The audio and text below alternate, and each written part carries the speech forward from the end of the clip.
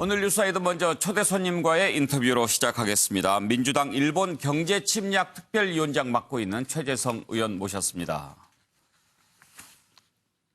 예, 이제 카메라가 넘어왔습니다. 안녕하세요. 반갑습니다. 안녕하세요. 바쁘신데 나와주셔서 고맙습니다. 오늘 또 전체 회의 열렸죠? 네, 그렇습니다. 예. 전체 회의는 아니고요. 예. 매일 그 분과장하고 전략 회의를 하고 있습니다. 요즘 매일 회의를 매일하고 합니까? 전체 회의는 일주일에 한 번, 분과 회의는 또 일주일에 한 번. 예, 그렇군요. 제가 좀 궁금한 것 앞에서 몇 가지 물어보고 그리고 오늘 나온 패널들과 함께 또 질문 답변하는 순서로 진행할 텐데 우리 패널들과 인사 나누시죠. 안녕하세요. 예. 이쪽 분. 먼저 지금 특별위원회 이름이 일본 경제침략특별위원회잖아요. 경제침략이라고 이름 붙이자는 건 누구 아이디어였습니까? 제가 왜 침략이라고 정했습니까? 우선 경제 도발이다 그러면은 무슨 상대를 조금 이렇게 얕잡아 보는 예. 이제 그런 느낌이 있고요. 예. 또 이번 경우에는 무슨 대한민국의 어떤 행위에 대한 어떤 보복도 아니고 일방적으로 한 거거든요. 그래서 앞에 이제 경제라는 말을 빼면 예. 어색할 수도 있겠지만 경제산업적 측면에서 일방적으로 타격을 한 것이기 때문에 침략이고 또 화이트 국가 배제가 현실화되면 예. 이것은 거의 이제 전면화시키는 예. 그런 거기 때문에 침략이라는 표현이 적절하다고 판단을 했습니다. 예. 민주당은 지금 침략이다 이렇게 지금 보는 입장입니까? 침략 특위뿐만 아니라 전체적으로? 그렇습니다. 이제 당대표께서도 예. 그런 말씀을 또 하셨고요. 예. 자, 일단 오늘 나온 발언이 있으니까 그 부분부터 먼저 좀 물어보겠습니다. 일본의 화이트리스트 제외하는 법안이 오는 2일, 그러니까 금요일이죠. 8월 2일 가기에서 통과될 가능성이 매우 높다. 이렇게 보고 있는데 만약에 그렇게 될 경우에 우리는 지소미아, 한일 간의 군사정보 보호협정 이거 계속 갖고 갈 필요가 있느냐.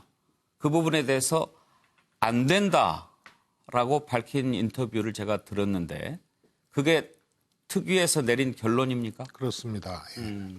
우선 양국의 군사정보 협정이라는 것은 기본적인 어떤 신뢰관계보다 훨씬 더 강화된 이 형태거든요. 그런데 지금 안보를 문제로 또 전략물자 통제를 못하는 국가라는 근거 없는 어떤 이것을 명분으로 지금 경제 침략을 한 거거든요. 그러면은 어떻게 군사 정보를 교환을 합니까? 따라서 이것은 사실상 일본이 그런 논리라면 한일 간의 지소미아가 필요 없다. 왜? 전략물자 통제를 못하는 나라고 안보적으로 신뢰를 할 수 없는 나라이기 때문에 이렇게 와야 맞는 겁니다. 그래서 이 점이 하나 있고요. 그다음에 이게 기실 보면 정보 교환을 하다 보면 왜 우리가 일본으로부터 얻는 정보가 없겠습니까? 예. 그러나 사실상 우리가 주는 정보가 더 많습니다. 그리고 이것이 미국이 한미일 공동안보협력체제의 일환으로 한 것이거든요. 그러나 한일 관계가 다르고 한미 관계가 다르고 미국 일본 관계가 각각 다릅니다. 그래서 이명박 정부 때도 이것이 체결에 실패를 했었고요. 박근혜 정부 때 사실 굉장히 빠른 속도로 사실상 공개하지 않고 협정만 서명 장면만 예. 공개를 해서 처리를 한 겁니다. 그래서 한일 관계가 이렇게 안보적 경제적으로 신뢰할 수 없는 상황에서 굉장히 막다른 골목으로 가고 있는데 여기서 지소미아를 자동 연장한다는 것의 논거가 예. 마땅치가 않다는 얘기입니다. 그런 논리로 따지자면 차라리 파기하는 것이 더 논리적으로 맞다. 이것이 기실 한일 간의 문제로만 봤을 때 예. 지금 한일 간의 경제전쟁을 앞두고 있는 거 아닙니까? 한일 간의 문제로만 봤을 때는 굳이 체결할 필요가 없습니다. 미국과 한국과의 동맹 또 정보의 공유, 대응 능력 이런 것으로서도 사실은 충분한데 미국의 한미일 안보협력 체계의 일환으로서 이게 진행이 됐던 거거든요. 그래서 이 점을 잘 보면 한일과의 관계에서는 한국 입장에서는 굳이 여기 이것이 중대한 협정이다 이렇게 보기는 어렵습니다. 방금 전에 군사정보보호협정을 통해서 주고받는 정보가 우리가 일본에 주는 게 더 많다고 말씀하셨는데 정보력이나 이런 것을 봤을 때 우리가 일본보다 더 우위에 있다고 보시는 겁니까? 구체성에서 그렇고요. 다양성에서 그렇고요. 일본은 사실 위성, 첩보위성 정도에서 관찰하는 거거든요. 근데 그것은 미국 위성으로도 충분히 커버가 됩니다. 그 대신 우리는 휴민트 정보라든가 접경지대 정보라든가 예. 이번에도 미사일 발사했을 때 우리 레이더 영역을 벗어났을 때부터 일본이 작동한 게 아니고요. 탄착 지점 정도를 미국 위성과 같이 이렇게 판단을 한 겁니다. 예. 그럼 미사일을 어디서 쐈는지, 미사일의 궤적이 어떤지 이것은 한국 정보 아니면은 일본에서 알기가 어렵습니다. 예. 그래서 이것은 정보의 부등가 교환이다. 이렇게 얘기를 해도 충분하고요. 예. 미사일만 놓고도 그런데 기타 휴민트 정보라든가 다른 군사 정보라든가 이런 것들은 실질적으로 우리가 더 다양하고 많고요. 또 남북이 분단되고 대치된 상태에서 일본이 필요한 정보가 훨씬 더 많을 수 알겠습니다. 그렇다고 한다면 맞대응 카드가 될 수도 있겠군요. 네, 그렇습니다. 예. 궁금한 게 이제 두 가지인데요. 하나는 지금 특위에서 결정을 내리면 당에서 바로 받아들입니까? 지소미아 같은 경우에는 견해가 조금 이렇게 차이가 있을 수는 있습니다. 그래서 대표께도 제가 좀 말씀을 드리고 설득을 또 하고 이럴 거고요. 특히 이것은 8월 2일이 됐든 또 조금 늦어지든 아니면 지소미아 자동 연장 시한인 8월 24일을 넘기든 화이트 국가가 배제가 되면 이 문제는 검토를 해야 됩니다. 예를 들어서 24일 지소미아 자동 연장 시한이 넘겨지면 1년 동안 또 연장되잖아요. 예. 그러나 그 뒤로는 아베 총리의 아주 필생의 아주 강력한 이 목표인 전후 재무장을 통한 전쟁할 수 있는 나라. 그래서 아시아 심패권을 노리는 헌법 개정의 일정들이 있습니다. 사실상 지금 가능할 정도의 환경이고요. 그 헌법 개정을 위한 분위기를 만들어내기 위한 의도적 프로그램 중에 하나가 지금 상황입니다. 따라서 그것은 1년 후에도 설령 24일을 화이트 국가 배제 일자를 8월 24일 넘겨서 지소미아가 자동 연장되더라도 예. 우리가 먼저 파기할 수는 예. 없지 않습니까? 그러더라도 1년 후에 이 문제는 헌법 개정 분위기나 그런 문제와 맞물려서 또 바라봐야 된다. 이렇게 생각합니다. 그런데 오늘 회의 끝나고 나선가 회의 시작하기 전인가 이해찬 대표 발언하는 걸 들어보면 지소미아 파기하는 거 좀 신중하게 검토해야 된다 이런 얘기를 하셨더라고요. 당연합니다. 저도 그런 입장입니다. 그러나 동북아 평화를 위해서 필요하다고 했습니다. 그러나 일본이 이렇게 경제 침략을 하고 안보적으로 얼토당토하는 이유로 자신들이 전략물자 통제를 제대로 못 해놓고 거의 퍼펙트하게 한 한국에게 뒤집어 씌워서 경제 침략을 했단 말이에요. 안보적으로 신뢰할 수 없는 나라라는 거고 또 향후에 아시아 심패권을 노리는 헌법 개정으로 이어진다면 동북아 평화라는 문제는 사라지는 거 아닙니까? 그래서 이해찬 대표의 말씀대로라도 동북아 평화를 위해서 필요한 것이지 동북아 평화의 파괴 내지는 동열을 위해서 이것이 작동되면 안 되기 때문에요. 또 종합적으로 신중하게 판단해야 된다. 또 이런 말씀을 하셨습니다. 예, 알겠습니다. 자, 그럼 우리 패널들께 제가 좀 질문 드리도록 하고요. 장성철 소장 먼저 질문하시겠습니까? 네, 저는 지역적인 문제 두 가지만 간단하게 여쭤보겠습니다. 이해찬 대표께서 오늘 그 한일 관계는 헤어질 수 없는 이웃이다. 그리고 공존하는 관계를 맺어야 한다라고 말씀을 하시면서 이 말들은 보통 이제 외교적으로 풀자 이 상황들을 그런 말씀으로 들리는데요.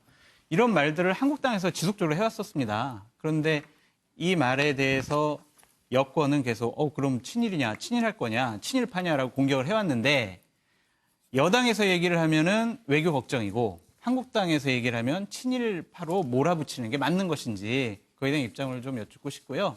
또 하나는 고순도 불화수소가 10월 초면 재고가 이제 바닥이 난답니다.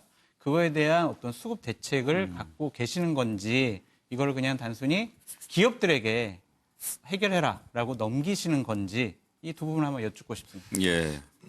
우선 친일 프레임이라는 거는 단선적으로 가까운 이웃이다 이런다고 친일은 아니지 않습니까? 적어도 지금 이런 아주 국가적으로 굉장히 중요한 일이 발생했는데 해법에 있어서 다른 견해를 갖고 있다면 그거는 친일이라고 얘기를 할 수가 없습니다.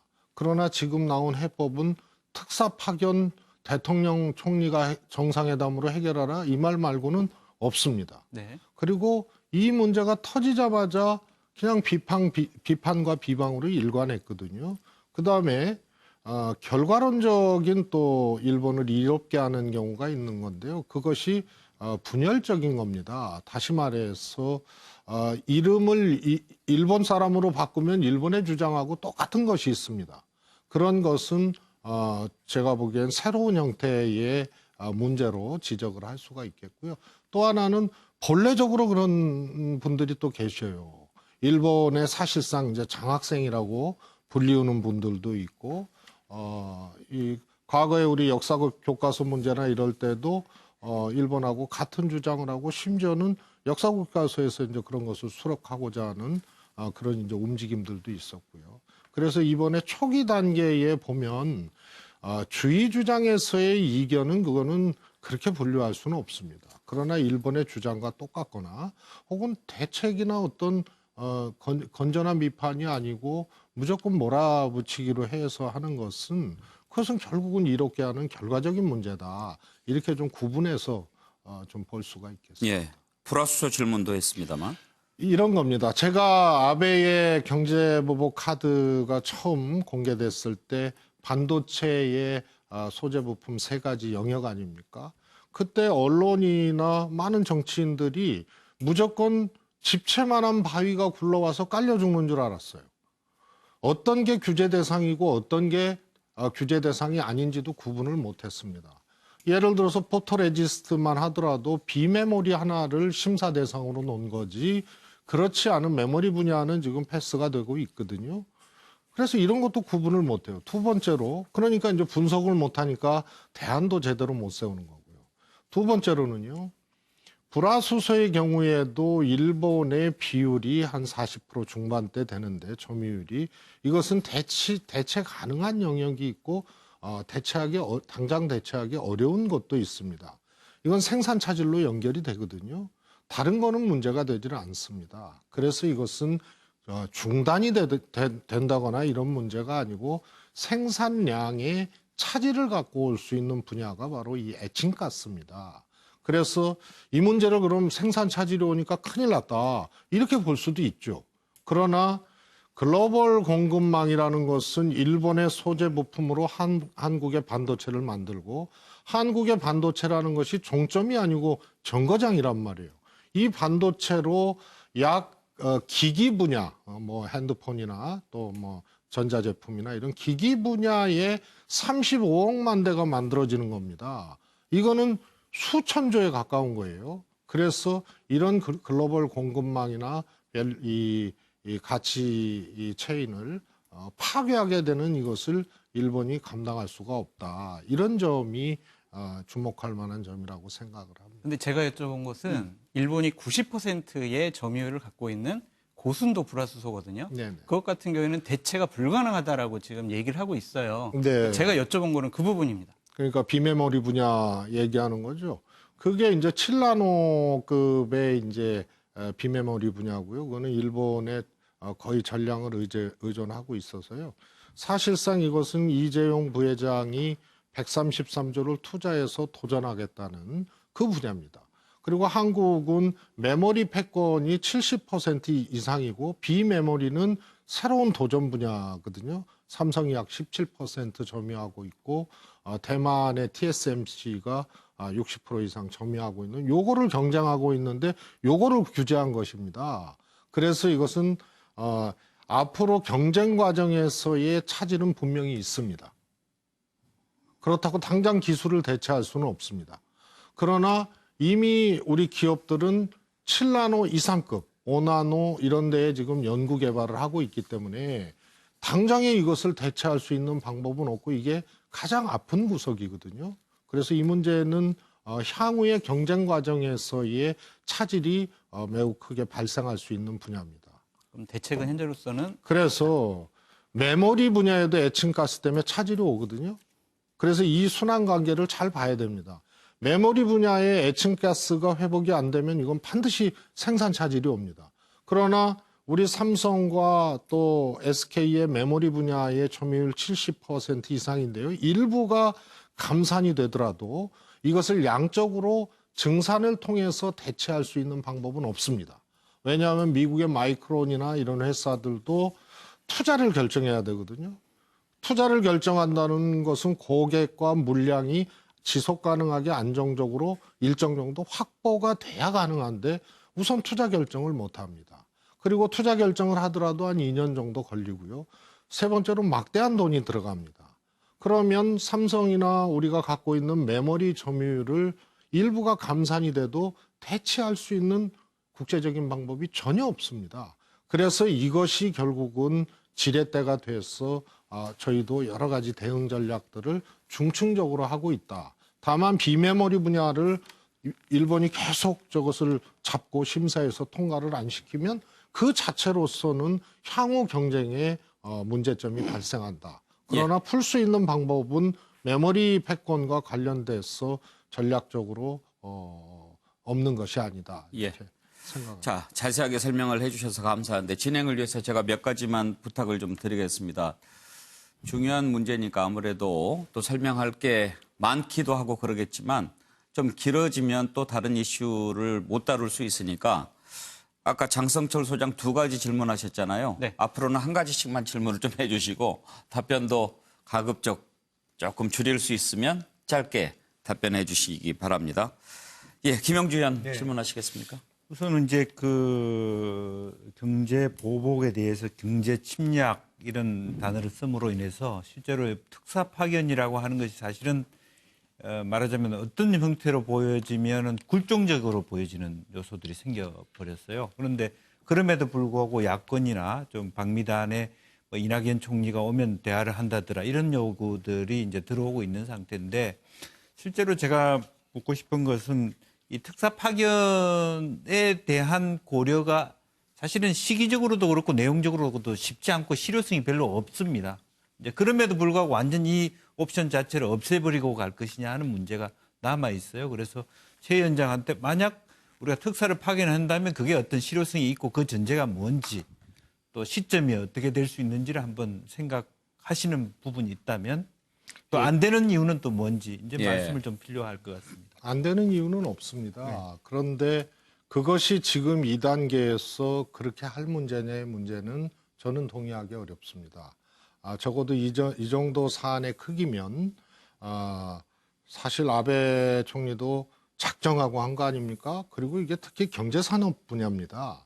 그러면 이것을 풀어나갈 수 있는 환경과 여건들을 조성을 하면서 거기에 그 과정에서는 우리가 방어할 수 있는 방법도 있고 또 쓸 수 있는 능동적 카드도 있고 이런 것들이 정확한 분석을 통해서 마련되고 이 과정에서 어떤 시기에 어떤 수위에서 특사를 파견할 거냐 이런 것은 고려돼야 된다고 생각을 합니다. 다만 지금 모두가 특사 얘기하고 심지어는 정상회담으로 해결하라 그러고 또 빨리 장관급 보내라 그러고 근데 일본이 먼저 그렇게 침략을 해놓고도 국장급 회담도 산자부 국장급 회담도 과장급으로 하고 회담도 아니고 설명회로 얘기하고 장관급 회담 거부하고 정상회담 당연히 저거는 거부합니다. 저희가 뭐 요청한 적도 없지만요. 그래서 이런 것은 시기와 환경에 따라서 우리가 중층적으로 판단하고 선택해야 될 문제다 이렇게 생각합니다. 아직은 특사 파견 시점이 아니다 이렇게 보신다는 겁니까? 그렇습니다. 화이트 국가 배제 여부도 아직 결정이 안 되고 다 이게 시기가 있고 또 환경 여건이 있다고 봅니다. 알겠습니다. 자, 서종욱 변호사. 저는 이제 이거 외교라는 거는 이제 내부적으로는 다양한 목소리가 있지만 대외적으로는 이제 그 조율해서 하나의 목소리가 필요하다 보는데 지금 이게 일본하고 분쟁을 보면 청와대 목소리 다르고 외교부 다르고 특히 민주당 다르고 한마디로 이게 조국 수석까지 또 달라요. 그다음에 턱이 다르고 이렇게 중구난방이 되면 국민들에게 상당히 혼란을 느끼게 되거든요. 좀 이게 하나의 목소리로 좀 조율하는 이런 게 필요하지 않을까 이런 생각이 어떻게 생각하시는지 묻고 싶습니다. 만약에 전쟁을 치르는데 뒤에서 협상을 하는 그런 사람이 없다면 또 전쟁을 치르는데 또 이렇게 한포 사격을 하거나 사격을 하는 사람이 있는 반면에 또 후방에서 지원하는 것도 있지 않습니까? 국민들께서는 그렇게 안 보실 수도 있습니다. 뭐냐면 당과 정부와 청와대와 또 개개의 정치인이나 책임 있는 사람들이 똑같은 목소리로 똑같이 응대를 하는 것이 과연 유효한 방법이냐 이 문제는 저는 달리 생각하고 있습니다. 됐습니까? 예. 차재원 교수 질문하실까요? 예, 지금 뭐 경제 침략이라고 지금 규정을 하고 계신데, 그러니까 일본이 본격적으로 우리에게 경제 전쟁을 걸어오는 시점이라고 한다면 지금 여당 혼자서 이 부분에 대해서 대처하기보다는 이 지금 초당적인 그러니까 지금 연대를 통해서 힘을 모아서 대처할 필요가 있지 않을까라는 생각이 드는데요. 지금 뭐 한국당 입장에서는 지금 그 이 정부 여당이 오히려 지금 초당적인 협력보다는 일종의 친일 프레임을 지금 덮으씌워서 이것을 정부 여당의 정치적 이득을 확대하는 쪽으로 가고 있는 것이 아닐까라는 의심을 갖고 있다는 것이죠. 자, 그렇다고 한다면 지금 여당의 그 지금 특위위원장으로서 봤을 때는 사실 어떻게 보면 이러한 상황이 계속된다고 한다면 적정 분열일 가능성이 상당히 높을 수밖에 없는 상황인데 그렇다고 한다면 조금 대승적 차원에서 이게 특히 야당, 특히 이 자유한국당을 좀 껴안고 대책을 만들어가는 그러한 그 이 해법 뭐 그런 것 쪽은 뭐 생각을 하고 계신지 그걸 궁금합니다. 우선 양당의 특위 차원에서는 여러 가지 얘기를 하고 있습니다. 그래서 이 문제를 저는 우선 정치적인 이해로 또 관성적으로 여야의 어떤 경쟁으로 이 문제를 바라보는 것은 서로 곤란한 일이다 이렇게 생각을 합니다. 근데 이 문제가 터졌을 때요. 저희도 야당 시절에 글로벌 금융위기가 터졌고 또 IMF 때는 그 터지면서 그 등짐을 가지고 DJ 정부가 출범을 한 거거든요. 이때는 사실은 초당적이라는 말이 필요 없을 정도로 거의 하나가 돼서 움직였습니다.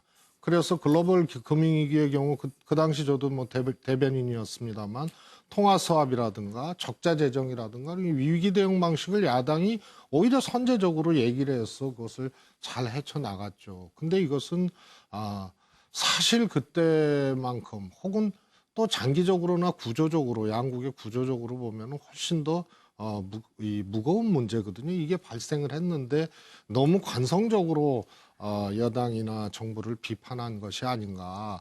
그러다 보니 말씀드렸듯이 결과적으로 초기에 우리가 한 목소리를 만드는데 실패했어요. 일본은 성공했습니다. 얼마나 헤맸습니까? 큰일 난 줄 알고 무조건 굴욕적으로 무릎 꿇어야 된다는 얘기부터 대법원 판결을 왜곡 비난하는 것부터 심지어 위안부 문제에 대해서도 경제 문제 앞에서 이것을 풀어야 된다는 얘기를 서슴지 않았던 과정들이 있었거든요. 그래서 지금이라도 우선 기본적인 일들은 초당적으로 해야 된다. 그래서 우선 저도 이제 이 정보나 상황 파악 또 분석에 대해서 잘 전달을 하려고 노력을 하고 있고요.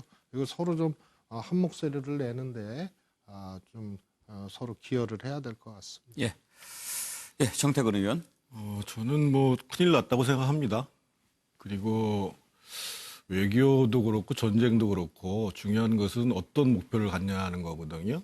그러니까 지금 이제 경제 침략이라고 하셨으니까 그러면 도대체 이 싸움, 이 전쟁의 목표가 뭐고 그 목표를 달성할 수 있는 방안은 뭐고 그리고 이제 제가 항상 강조하는 것은 이 와중에서 고통을 받고 있는 기업들, 그러니까 아까 예를 들면 삼성 반도체 말씀을 하셨는데 일단 반도체 시장에서 기술 선점을 해서 계속 우위를 유지하겠다는 거는 뭐 포기하겠다 이런 말씀을 하셨으니까 그걸 떠나서 지금 현재만 해도 삼성전자의 1차 협력사가 한 150개 돼요. 2, 3차 협력사까지 계산하면 전체 인원이 한 200만 되거든요. 그리고 대부분 2, 3차 협력사들 같은 경우가 거의 전 재산을 부어가지고 많은 장비가, 고가의 장비가 들어가는 거기 때문에. 그래서 과연 그러면 지금 정부나 여당에서 준비하고 있는 이 고통을 해소하는 방안은 뭔지, 완화시켜줄 수 있는 방안은 뭔지 좀 말씀을 해주셨으면 좋겠습니다. 예.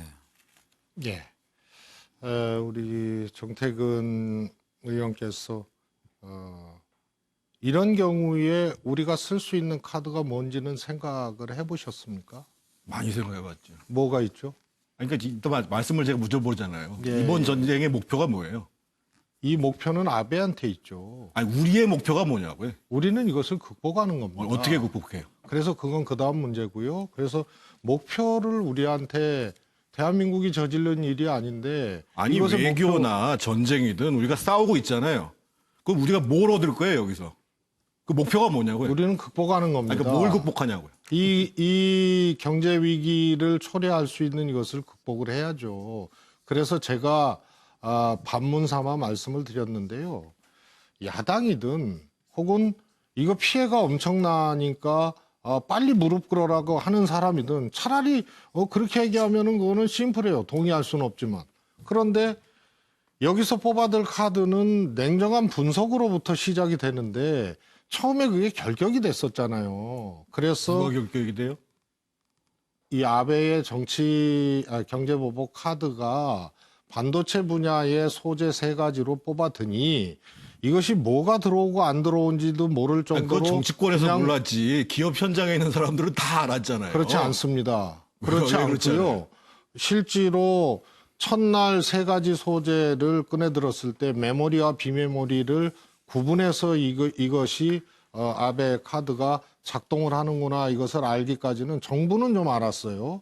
근데 이것은 시간이 좀 지났습니다. 그때 아니, 제가 그건 보도나 그 논쟁을 사실 제가 안 드리려고 그랬는데 이미 삼성에서는 반도체 시장의 특성상 기술을 선점하는 문제가 있어요. 그래서 작년에 이미 7나노 공정을 성공을 했고 그래서 지금 비메모리 분야에서 18%까지 갔다가 계속 올라가려고 5나노 공정으로 지금 가고 있는 와중이고 그중에 지금 핵심적인 소재가 지금 걸려 있는 거고 근데 그거를 왜 기업들은 몰랐다고 얘기를 해요? 아니야. 정치권이 몰랐는 거지. 아니요. 아베의 이런 거 아니에요? 솔직히 그때 보도나 뭐 다 보십시오.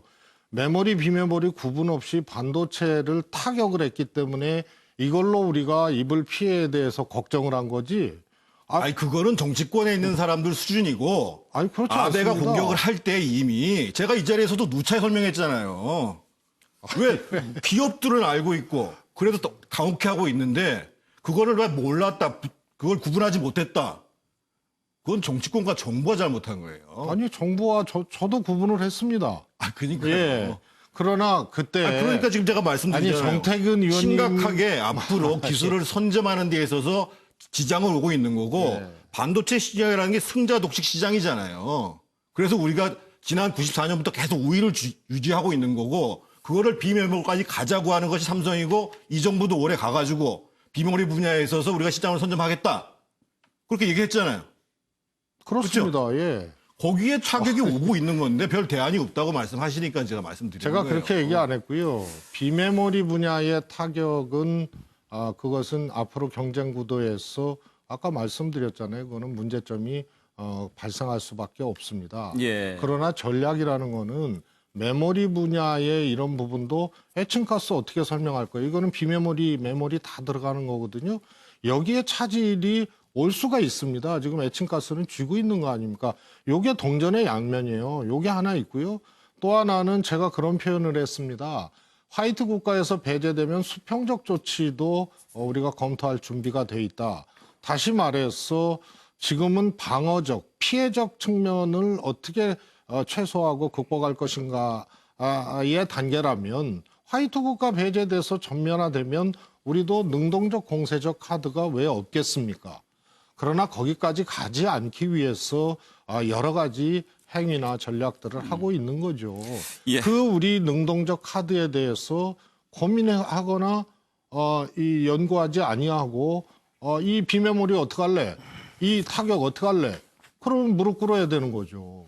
그 말씀을 드리는 겁니다. 토론은 다음 기회에 한번 제가 기회가 있으면 모시기로 하고 질문을 정태근 의원 맨 먼저 시작했으면 조금 더 핫하고 뜨겁게 오늘 초대 손님 모시고 얘기할 수 있었을 것 같은데 맨 처음에 하시지 왜. 예. 마지막으로 한 가지만 여쭤보고 마치겠습니다. 지금 이제 침략 대책이잖아요. 지금 느끼는 것도 전쟁이고 이길 자신이 있습니까 우리가? 이것은 저는 이렇게 봅니다. 한국 경제가 일본 경제의 턱 밑이 아니고 턱 앞까지 간 거 아닙니까? 세계 수출에서도 각각 3.4, 3.1% 차지하고 있고요. GDP도 3만 불대입니다. 물론 우리가 초반이고요. 특히 일본은 90년대까지 세계 50대 기업 중에 40대 가까이가 일본이었는데요. 지금은 토요타 하나 빼고는 다 빠져 있습니다. 다시 말해서 미래 산업이나 경제 포텐셜에서 일본이 미래지향적이지 못한 거는 분명하고요. 그래서 부품 소재하고 내수 경제에 이제 기대를 하고 있는데 자신들의 중추라고 할 수 있는 부품 소재를 지금 공격적으로 때린 거거든요. 예. 그래서 이 속에서 또 해법이 있고요. 또 화이트 국가 자체를 배제한다 하더라도 1120개 품목 전체가 우리한테 바위처럼 굴러오는 것이 아니고요. 대한민국이 갑인 품목들이 훨씬 더 많습니다. 다만 기술적으로 지금 따라갈 수 없거나 수입 대체가 불가능한 것들이 이제 좀 있는 거죠. 그러나 나머지 부분들도 우리가 교환 타격적 관점에서 생각해 보면 일본 경제에 입는 데미지도 만만치 않은 것입니다. 그래서 이것을 구체적으로 말씀드릴 수는 없어도 우리도 수출 규제와 같은 정책을 할 수 있는 명분들을 저는 지금 충분히 쌓았다고 봅니다. 왜냐하면 전략물자 통제 안보 문제를 근거 없이 시비 잡아서 지금 아베가 공격을 했기 때문에요. 그러나 전략물자는 일본이 훨씬 더 통제불능 국가거든요.